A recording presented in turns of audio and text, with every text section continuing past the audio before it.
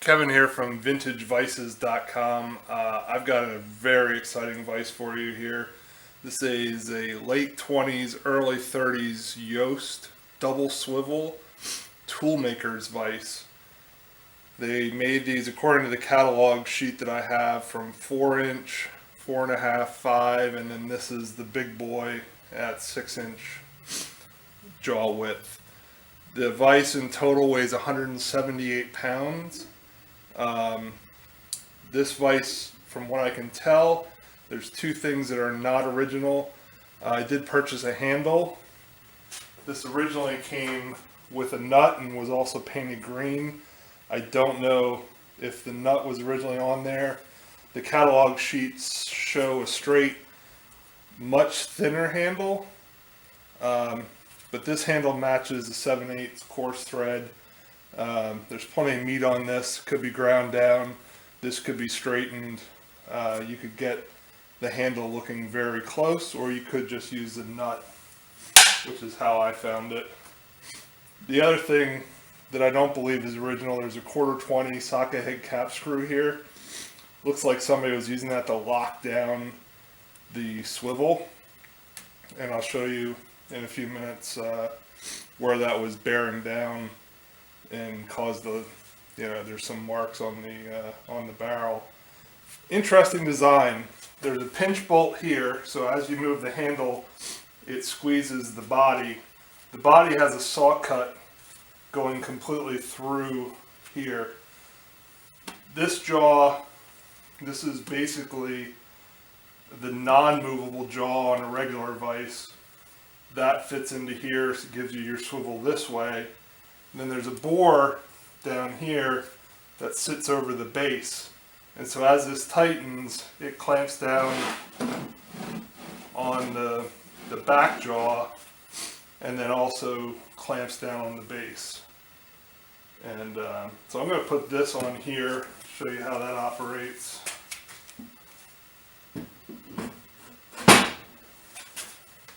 So as you tighten that keeps it from swiveling this way. And when you loosen it, you can then swivel the vise like a normal vise would swivel. And then this jaw, the back jaw, just slides in the front here. I don't know if you can see this from the video. I'll be taking better photographs, but there is some damage. Looks like somebody might actually have drilled a spot for that 1/4 20 socket head cap screw to kind of lock in. I'm not sure why they did that. With this handle, it really does lock down the vise well.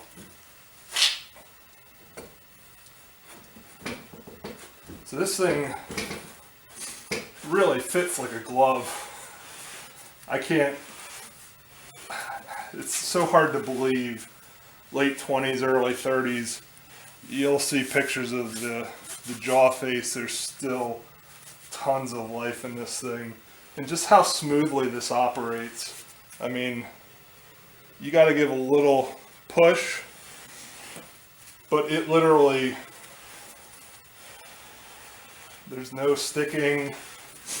That spot where the 1/4 20 doesn't really hang up. And again, you throw the handle, and that thing is locked down. And I barely put any pressure on that. But just release it, spin it, lock it back down. I can't get that thing to move. And so again, when I got this vise, there was a nut. It's painted the same color green. I don't know if that's the original color. I do know, at least in the catalog, the smaller vices had a lever. That's why I went looking for a lever to include with it. Just like a regular vise, there's a nut that's in the back, just like any of your Charles Parkers or other vices of this vintage. And the lead screw on this, the actual slide, I mean, there's a couple little tiny nicks, but I mean, this thing is clean. Again, high resolution photos. I'll try to get every angle. The lead screw looks new. I mean, it's just unbelievable. And at 178 pounds, it's not the biggest vise I've ever seen. It's the biggest double swivel I've ever seen. If you look at the Charles Parker, those are 4-inch. They weigh about 75 pounds. And I've seen a few of those sell on eBay. That has double lockdowns, where this is just this handle locks both directions. Alright, so I have the movable jaw installed. Seems like it's got a fairly fine pitch. One thing to note, the handle is perfectly straight. Nobody's ever put a pipe on it, it looks like. Most of the time these big vices get abused quite a bit. I'm moving this with one finger, very little effort. A little bit of slop with a vise this size. They didn't have very tight tolerances. This opens a full 10 inches. In fact, that's according to the literature. I haven't actually measured it.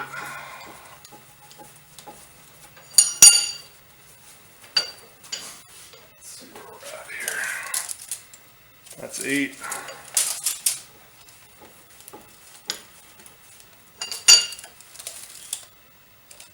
There's 9 3/4. There's 10 1/2. So let's see where it stops. Yeah, right about there. So the thread disengages at about 10 3/4.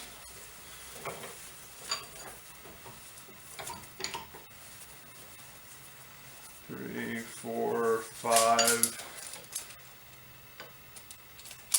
Yeah, it's about 5 turns. And I'm down to about 9 1/2 inches. So full 10-inch opening. It's a 6-inch jaw. Got about 4 1/2 throat depth.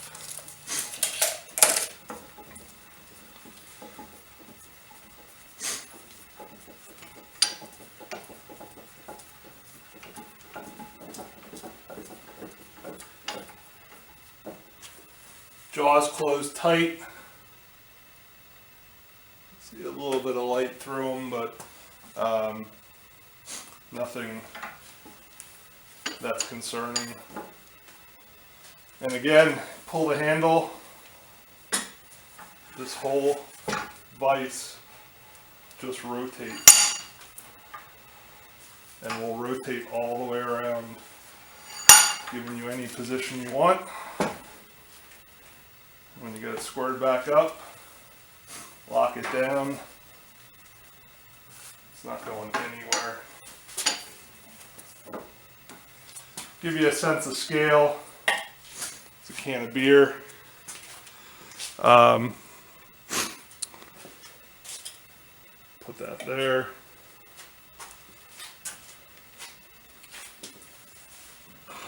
This is a Wilton C0. Got the pipe jaws. That's about a 50-pound, 3 1/2 inch jaw vise. Give you an idea of the size of this Yost.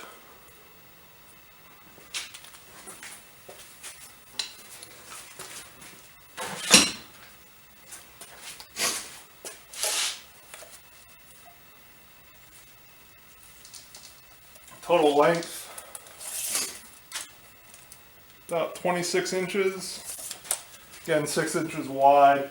Go to the widest part of the base is about 18 inches, or I'm sorry, 13 inches.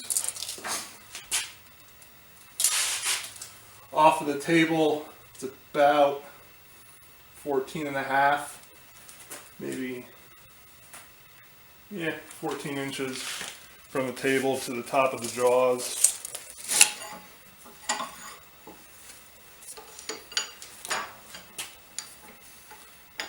terms of backlash, it's pretty tight. Of course, that can always be adjusted. But from here, it's a little less than a half turn until you get movement the other direction. These jaws look to be cast in. There are no screws. No major gouges. So there's a little bit of either welding, slag, or soldering. Maybe that's why I could see a little bit of light through the jaws. But again, I'll take some really good close-up pictures of this. The wording, Yost Manufacturing Company, Meadville, PA. Looks to either be an S or a 6. I would think it's a 6, just for the jaw size. On the other side, there's PATD for patented.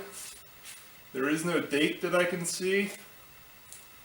And there is some kind of casting mark.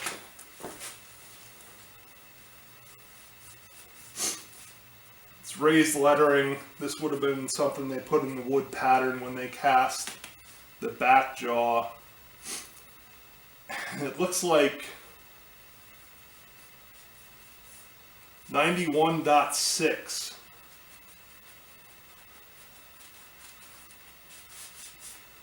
But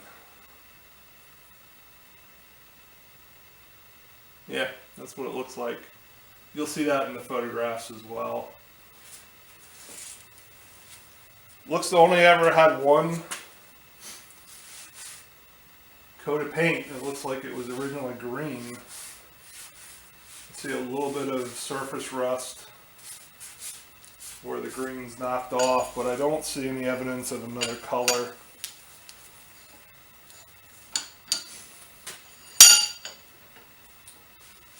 The other interesting thing with this, and again, I don't know if this is original or not, and I'll take pictures of this. I'm actually going to take this handle off because I'd like to show you the other side of this pinch bolt.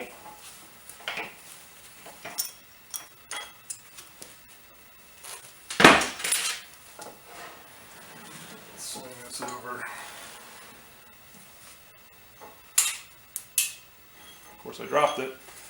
It has a pin.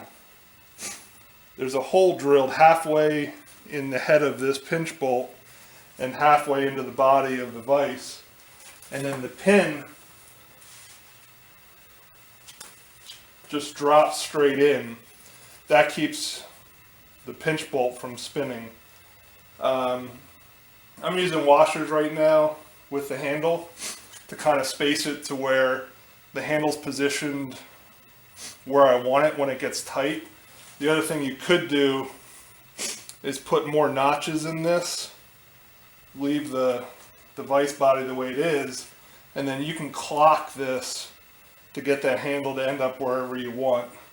It works pretty well with the two washers as is.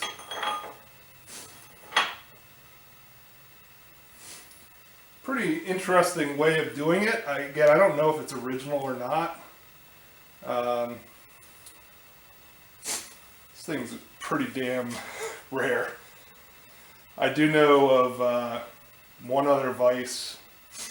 I believe it's a 4 or 4.5 inch that's up in Massachusetts. I've never seen a 6 inch sold, advertised. Coincidentally, I saw a 3 inch sell in 2016 on eBay. Again, that's not in the catalog. Must have been either a earlier or later model. That sold for about $550 for a 3 inch, and that weighed, I think it was somewhere around 30 pounds. So this thing is just absolutely massive. And again, if you don't want to use the handle, you can just use the original nut. That's the way that I found it. Looks fine. If you have an old, I think that's 1 1/8 across the flats. Then it's about 1.5 inches across the flats. If you had an old vintage wrench, would have looked fine on there. And again, the handle, the pictures I've seen, and I've seen the handle from the smaller vise, it's a lot thinner in here. Also, this diameter pretty much matches the diameter on the vise. There's really no reason to have it any bigger anyway. And then the actual handle portion here is probably about a 1/2 inch thinner, tapers down, and then the ferrule, or whatever you want to call this on the end, is much thinner. So there's plenty of metal on this to make this look like the original.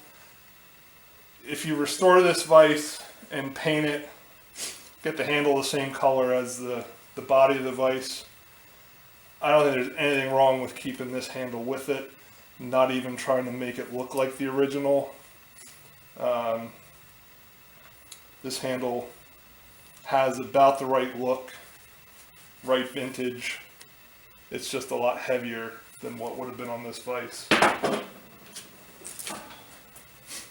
So feel free to ask any questions. I'm going to bolt this on a pallet, strap it down, and it'll go truck freight anywhere but Alaska and Hawaii in the United States. And from dock to dock, I'll take it into work, and I can help arrange shipping, and see the item description for more details. I don't think you're ever going to see one of these again. I've never seen one. I've been collecting vices for a few years. I've talked to a lot of guys that have never seen one, and it truly is a special vise. I mean, I'm 6'4", got huge hands. This thing is just a beast at 178 pounds, and yet you can spin it, position it, flip it, tighten it down. I mean, it's just incredible.